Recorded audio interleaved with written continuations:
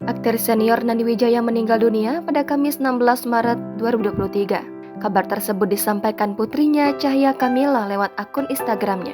Innalillahi wa inna ilaihi roji'un. Telah berpulang ibunda kami tercinta dengan tenang Ibu Haja Nani Wijaya di Rumah Sakit Fatmawati 16 Maret 2023 pada pukul 3.28 waktu Indonesia Barat. Tulis Cahya dikutip kompas.com. Sebelumnya, Nani Wijaya sempat dirawat secara intensif di RSUP Fatmawati karena mengalami sesak nafas. Pemain sinetron Bajaj Bajuri tersebut bahkan dirawat di high care unit karena perlu pengawasan khusus dari dokter.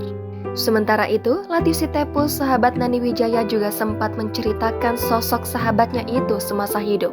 Ia menyebut sosok Nani Wijaya sangat taat dan rajin beribadah. Ia sering berpuasa Senin Kamis, bahkan ibunda pesinetron Cahya Kamila itu juga pernah memberangkatkan 15 kru umrah ke Tanah Suci. Latief menyebut soal akhirat Nani Wijaya tak perlu diragukan lagi.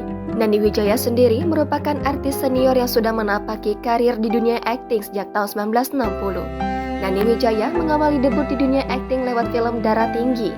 Kemampuan Nani Wijaya di dunia film melambung setelah dirinya menyambut penghargaan sebagai pemeran pendukung wanita terbaik dalam perhelatan Festival Film Indonesia tahun 1978 lewat film Yang Muda Yang Bercinta.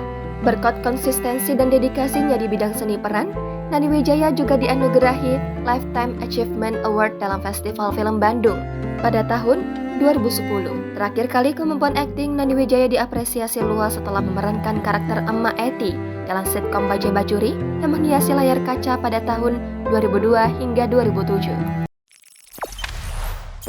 Jangan lupa subscribe, share, komen, dan like ya!